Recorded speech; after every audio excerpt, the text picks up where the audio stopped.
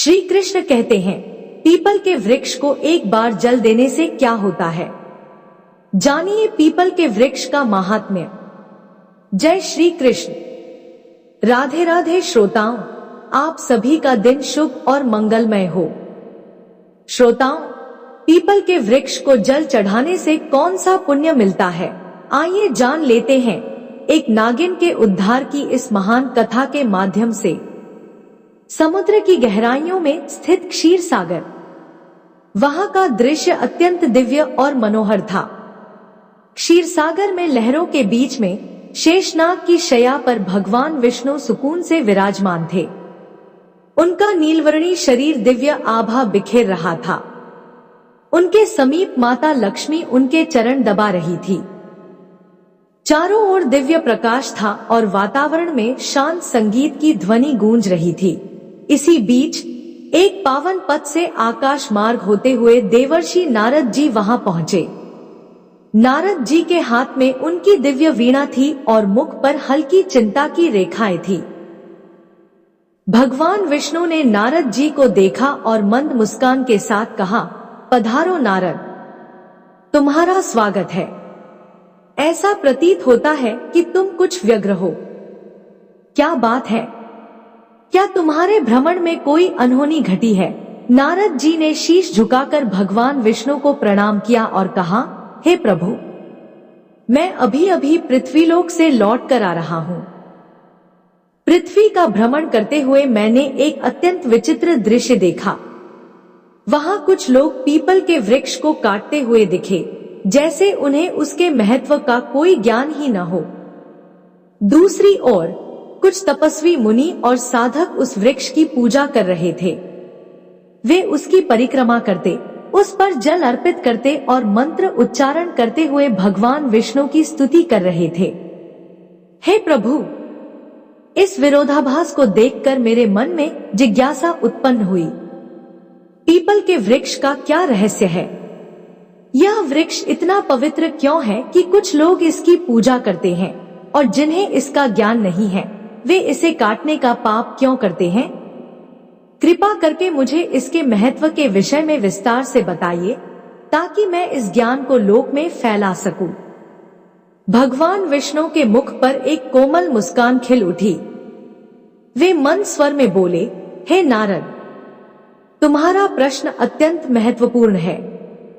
People का वृक्ष कोई साधारण वृक्ष नहीं है। यह वृक्ष स्वयं मेरे स्वरूप का प्रतीक है। यह न केवल देवताओं का निवास स्थान है, बल्कि इसकी पूजा से मनुष्यों के समस्त पापों का नाश होता है और उन्हें मोक्ष की प्राप्ति होती है। सुनो, मैं तुम्हें पीपल के वृक्ष के महत्व की एक कथा सुनाता हूँ, जो यह स्पष्ट करेगी कि क्यों यह वृक्ष पवित्र है और क्यों इसकी पूजा करनी चाहिए। हे नारद, इस कथा का केवल वर्णन और श्रवण ही मनुष्य के लिए पुण्यदायी है।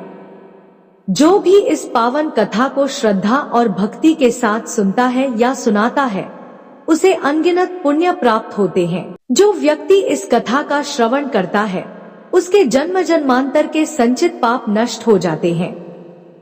चाहे उसने अपने अज्ञानवश कितना ही बड़ा पाप क्यों न किया हो, इस कथा के श्रवण से उसे पापों से मुक्ति मिलती है। इस कथा को सुनने वाला अपने पितरों का आशीर्वाद पाता है, उसके पूर्वज संतुष्ट होते हैं और उसे सुख, समृद्धि और शांति का वरदान देते हैं। इसके फलस्वरूप पितरों के ऋण समाप्त होते हैं और उनके मार्ग में आने वाली बाधाएं दूर होती हैं। इस कथा को सुनने वाला व्यक्ति अपने घर में दुर्भाग्य, दरिद्रता और कष्टों को दूर करता है। उसके परिवार में सुख, समृद्धि और लक्ष्मी का वास होता है। उसका जीवन सदा मंगलमय रहता है। यदि किसी स्त्री पुरुष को संतान सुख की प्राप्ति में बाधा हो रही हो, तो वह इस कथा का श्रवण करके पीपल के वृक्ष की पूजा करे। उसे संतान सुख की प्राप्ति अवश्य होती है। नारद जी ने आनंद और जिज्ञासा से कहा, प्रभु, मैं ध्यानपूर्वक सुन रहा हूँ। कृपया इस कथा का वर्णन कीजिए। भगवान विष्णु ने कहा, हे नारद, पूर्वकाल की बात है। एक अत्यंत गरीब व्यक्ति रहता था जिसका नाम हरिदास था। हरिदास ईमानदार और परिश्रमी था, लेकिन उसका जीवन अत्यंत कठिनाइयों से भरा हुआ था। वह जंगल से लकड़ियां काटकर उन्हें बेचता और जैसे तैसे अपने परिवार का भरण पोषण करता था। उसका परिवार बड़ा था, बूढ़े माता पिता, उसकी पत्नी गायत्री और 3 छोटे छोटे बच्चे। हरिदास दिन रात मेहनत करता, फिर भी परिवार के लिए पर्याप्त भोजन जुटाना मुश्किल हो जाता। उसके घर में किसी भी प्रकार का धार्मिक कार्य नहीं होता था और न ही देवताओं की पूजा अर्चना होती थी। हरिदास को शास्त्रों और धार्मिक महत्व के विषय में कुछ भी ज्ञान नहीं था। एक दिन हरिदास हाथ में कुल्हाड़ी लिए जंगल की ओर निकल पड़ा। वह सुबह से ही जंगल के एक एक कोने में घूमता रहा, पर उसे लकड़ियां तो दूर, एक भी सूखा पेड़ नहीं मिला। उसकी थकान बढ़ती जा रही थी और सूर्य अपनी मध्य अवस्था में चमक रहा था। हरिदास को चिंता सताने लगी कि यदि वह आज लकड़ियां नहीं ले गया तो घर में चूल्हा नहीं जलेगा। भूख और प्यास से व्याकुल होकर वह जंगल में और आगे बढ़ने लगा। जंगल का यह भाग अत्यंत भयानक था। ऊंचे ऊंचे वृक्ष, घनी बेलें और झाड़ियों ने सूरज की रोशनी तक को धरती पर आने से रोक रखा था। जगह जगह सर्प, बिच्छू और अन्य हिंसक जीवों के खतरे भी दिखाई देते थे, परंतु हरिदास की विवशता उसे वहां तक खींच लाई थी। बहुत देर तक भटकने के बाद अचानक उसकी नजर एक विशाल वृक्ष पर पड़ी। वह वृक्ष अपने चारों ओर एक अजीब सी आभा बिखेर रहा था। उसकी शाखाएं मानो आकाश को छू रही थी और उसकी जड़ें धरती को गहराई से बांध कर रखे हुए थी। यह पीपल का वृक्ष था। हरिदास ने मन ही मन सोचा, अरे वाह, कितना बड़ा और मजबूत वृक्ष है। यदि मैं इसकी कुछ टहनियां काट लूं तो आज का काम बन जाएगा। फिर उसने कुल्हाड़ी को मजबूती से थामा और वृक्ष के पास पहुंच गया। वृक्ष के नीचे खड़ा होकर उसने एक क्षण के लिए इधर उधर देखा और कुल्हाड़ी को ऊपर उठा लिया। जैसे ही वह कुल्हाड़ी से वृक्ष पर आघात करने वाला था, तभी एक भयंकर आवाज गूंज उठी जो किसी स्त्री की सी प्रतीत हो रही थी। हे मनुष्य, ठहरो, तुम यह क्या अनर्थ करने जा रहे हो? हरिदास चौंक कर इधर उधर देखने लगा, पर वहां कोई दिखाई नहीं दिया।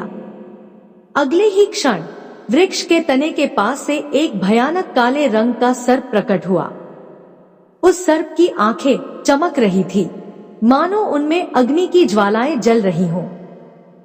हरिदास भयभीत होकर पीछे हट गया। सर्प धीरे धीरे उसके सामने आकार लेने लगा। वह अब सर्प नहीं, बल्कि एक सुंदर स्त्री का स्वरूप धारण कर चुका था। यह कोई साधारण स्त्री नहीं थी, बल्कि एक नागकन्या थी। उसका चेहरा तेजस्वी था और उसकी आंखों में अपार रहस्य झलक रहा था। फिर नागकन्या ने गंभीर स्वर में कहा, हे मनुष्य, तुम यह पवित्र पीपल का वृक्ष काटने जा रहे थे? क्या तुम्हें इसका ज्ञान नहीं कि पीपल के वृक्ष में देवताओं का वास होता है? इसे काटने से तुम्हें महान पाप लगेगा। हरिदास की सांसें तेज हो गईं। वह भयभीत होकर कांपते स्वर में बोला, हे देवी, आप कौन हैं और मुझसे मनुष्य की वाणी में बात कैसे कर रही हैं? मैंने तो ऐसा कुछ कभी सुना भी नहीं था। कृपया मुझे बताइए कि आप कौन हैं और यह वृक्ष क्यों इतना विशेष है? नागकन्या मुस्कुराई और बोली, हे मनुष्य, मैं इस पीपल के वृक्ष की रक्षक हूँ। मेरा नाम नागिनी सुरसा है। यह वृक्ष मेरे लिए बहुत प्रिय है, क्योंकि इसी वृक्ष में मेरा वास है। परंतु इस वृक्ष के साथ मेरा यह जुड़ाव केवल इस जन्म का नहीं है, बल्कि यह एक पुरानी कथा का परिणाम है। सुनो, मैं तुम्हें अपने पूर्व जन्म की कथा सुनाती हूँ। यह कहते हुए नागकन्या सुरसा का चेहरा गंभीर हो गया। उसकी आंखों में अतीत का एक गहरा रहस्य चमक उठा। हरिदास विस्मय और जिज्ञासा से उसकी ओर देखने लगा। क्योंकि यह सब उसके लिए अत्यंत अद्भुत और विचित्र था। नागकन्या ने अपना वृत्तांत आरंभ किया। नागकन्या ने गहरी सांस ली और हरिदास की ओर देखते हुए कहा, हे मनुष्य, पिछले जन्म में मेरा नाम सुमति था। मैं एक प्रतिष्ठित वैश्य परिवार में जन्मी थी। मेरे पिता एक धनवान व्यापारी थे और मेरे विवाह का आयोजन उन्होंने बड़ी धूमधाम से किया। मेरा विवाह एक पुण्यात्मा और ज्ञानी वैश्य पुत्र से हुआ, जिसका नाम धर्मपाल था। मेरे पति अत्यंत धार्मिक प्रवृत्ति के थे और अनाज का व्यापार करते थे। उनका जीवन सादा लेकिन धर्म और सत्कर्म में लीन था, किंतु मैं उनके गुणों से सर्वथा विपरीत थी। मेरा स्वभाव अत्यंत स्वार्थी और अहंकारी था। मैं न तो अपने पति का आदर करती थी और न ही किसी प्रकार के धर्म कर्म में रुचि रखती थी। मुझे देवी देवताओं की पूजा व्यर्थ प्रतीत होती थी। मेरा मन सदा सांसारिक सुखों और धन संपत्ति में लिप्त रहता।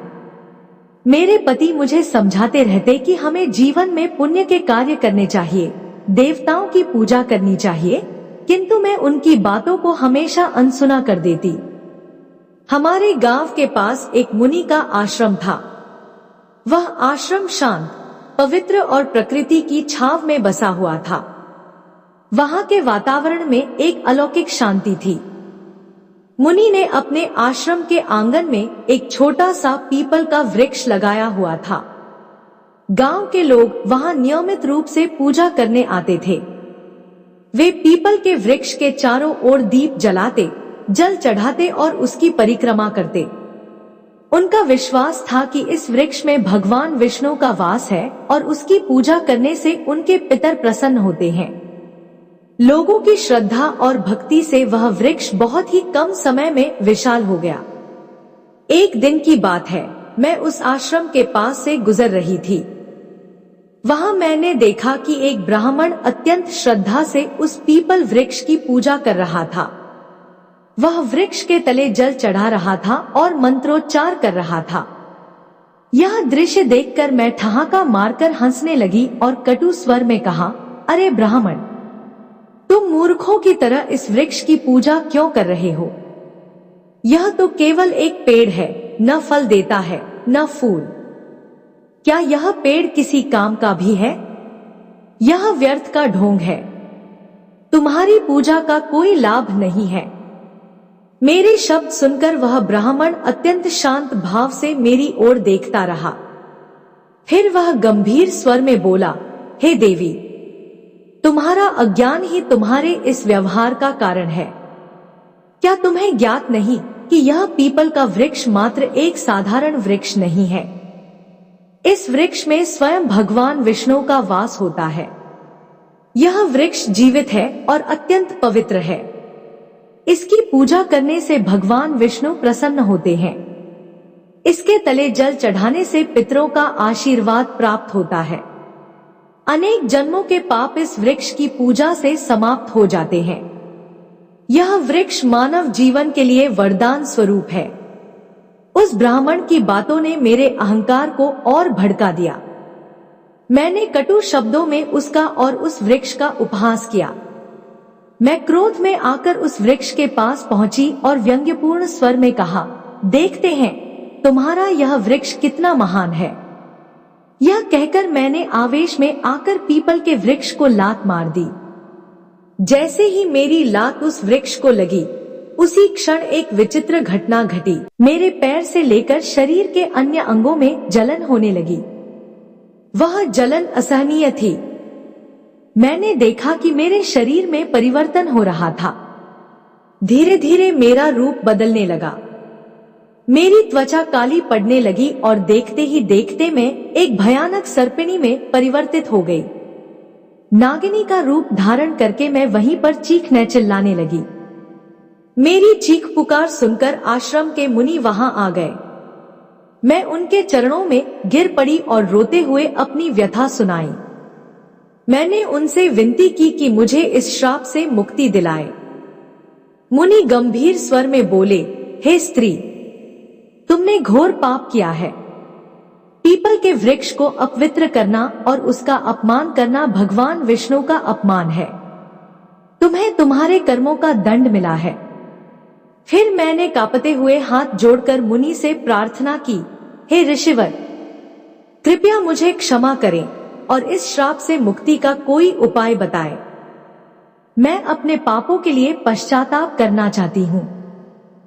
उस मुनि ने गंभीर स्वर में कहा, हे पापिनी, तुम्हें इस श्राप से मुक्त होने के लिए 100 वर्षों तक इस पीपल वृक्ष पर निवास करना होगा और इसकी रक्षा करनी होगी। जब 100 वर्ष पूर्ण हो जाएंगे तब तुम्हारे पति यहाँ आएंगे और इस वृक्ष पर जल अर्पित करेंगे। उसी दिन तुम्हें इस श्राप से मुक्ति मिलेगी। इतना कहकर मुनि वहां से चले गए। तब से मैं इसी वृक्ष पर वास कर रही हूँ।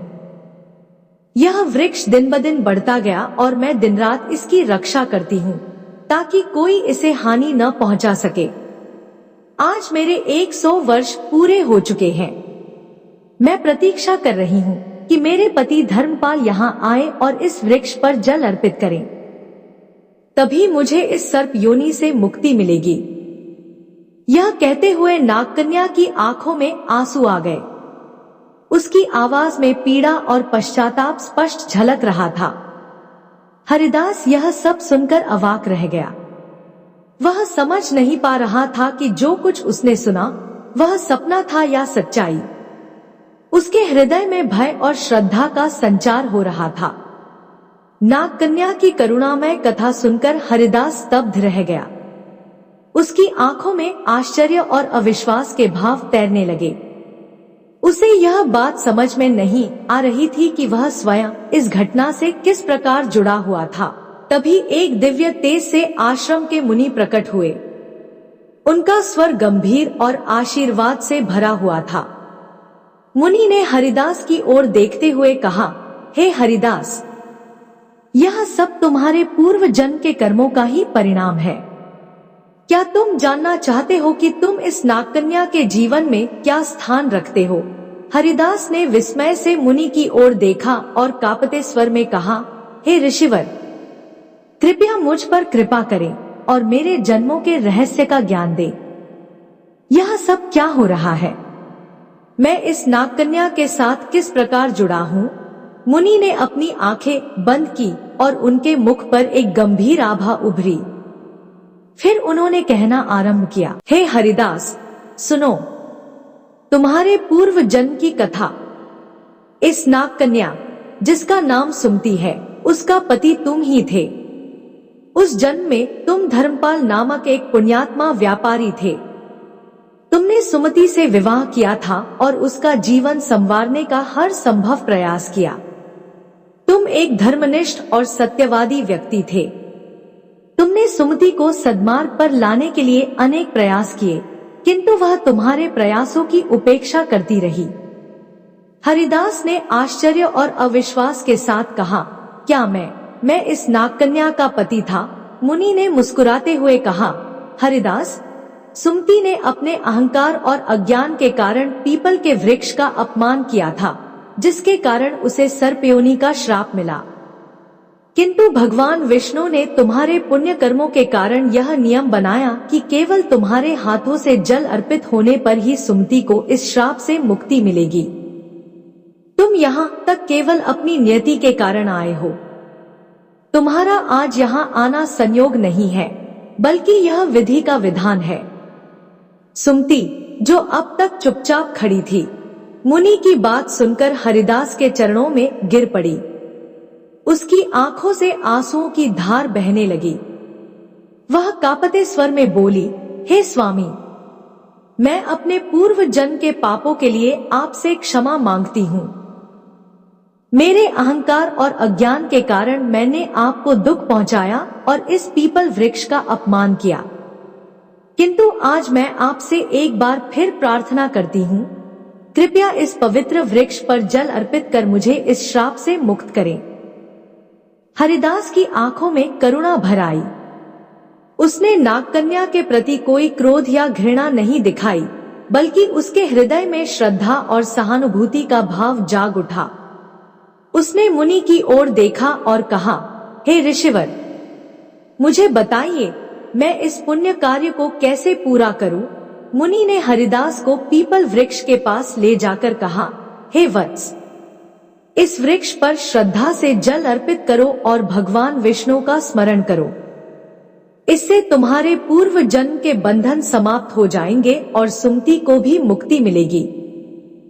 हरिदास ने पास ही रखे कलश से जल भरा। वह पीपल वृक्ष के सामने खड़ा हुआ और अपने मन में भगवान विष्णु का ध्यान करते हुए जल अर्पित करने लगा। जैसे ही उसने जल की धार पीपल की जड़ों में चढ़ाई, एक अद्भुत घटना घटी। पीपल वृक्ष के नीचे एक दिव्य प्रकाश फैला और नागकन्या का सब रूप धीरे धीरे नष्ट होने लगा। उसके स्थान पर एक सुंदर तेजस्वी स्त्री प्रकट हुई।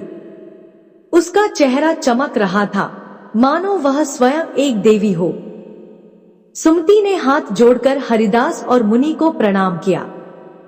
सुमति ने कहा, हे स्वामी, आपके पुण्य और भगवान विष्णु की कृपा से मुझे आज इस अभिशाप से मुक्ति मिली है।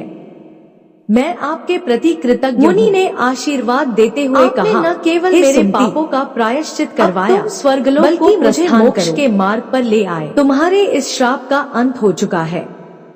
भगवान विष्णु तुम्हें आशीर्वाद दे। सुमति ने एक बार फिर पीपल वृक्ष की परिक्रमा की और वहां से दिव्य प्रकाश के साथ स्वर्गलोक को प्रस्थान कर गई। इस घटना के बाद हरिदास के जीवन में बड़ा परिवर्तन आया। उसने पीपल वृक्ष की महिमा को समझा और प्रतिदिन उसका पूजन करने लगा। उसने अपने परिवार को भी धर्म के मार्ग पर चलने की प्रेरणा दी। वह जान गया कि पवित्र वृक्षों का सम्मान और देवताओं का स्मरण जीवन को सफल बनाता है। भगवान विष्णु ने पीपल वृक्ष के महत्व की कथा समाप्त की। उनके मुख पर करुणा और दिव्यता का तेज झलक रहा था। देवर्षि नारद जी अत्यंत भाव विभोर होकर बैठे थे। उन्होंने भगवान विष्णु की स्तुति करते हुए कहा, हे प्रभु, आपने पीपल वृक्ष की महिमा और यह कथा सुनाकर मेरी जिज्ञासा को शांत किया। मैं धन्य हो गया। इस कथा से यह स्पष्ट हुआ कि मनुष्य अपने अज्ञान और अहंकार के कारण ही पाप के मार्ग पर चलता है, किंतु आपकी कृपा से ही उसका उद्धार संभव है। यह वृक्ष न केवल पवित्र है, बल्कि स्वयं आपका दिव्य स्वरूप है। भगवान विष्णु मुस्कुराते हुए बोले, हे नारद, यह सत्य है, पीपल का वृक्ष सृष्टि का जीवन है। इसकी जड़ में मैं स्वयं निवास करता हूँ। तने में भगवान शिव का वास है और शाखाओं में ब्रह्मा का। इस वृक्ष की पूजा करने से मनुष्य त्रिदेव का आशीर्वाद प्राप्त करता है। जो भी इस कथा को श्रद्धा से सुनेगा, सुनाएगा अथवा पीपल के वृक्ष की पूजा करेगा, उसे मेरे परमधाम की प्राप्ति होगी। उसके समस्त पापों का नाश होगा और उसे जीवन में सुख शांति तथा परलोक में मोक्ष का आशीर्वाद मिलेगा। नारद जी ने कहा, हे प्रभु, मैं अविलंब पृथ्वीलोक पर जाऊंगा और इस कथा का प्रचार करूंगा। मैं लोगों को यह बताऊंगा कि पीपल के वृक्ष का अपमान नहीं करना चाहिए। इसकी पूजा करके वे आपके सानिध्य को प्राप्त कर सकते हैं। तो श्रोताओं, इस प्रकार भगवान विष्णु ने नारद जी को पीपल के वृक्ष की महिमा सुनाई है। उम्मीद है आपको यह कथा पसंद आई होगी। वीडियो को लाइक जरूर करें और कमेंट में जय श्री हरि विष्णु अवश्य लिखें। आशा करती हूँ कि आपको कहानी पसंद आई होगी। कहानी पसंद आए तो चैनल को सब्सक्राइब करें और वीडियो को लाइक और शेयर करें। जय श्री कृष्णा। राधे राधे। आपका दिन शुभ और मंगलमय हो।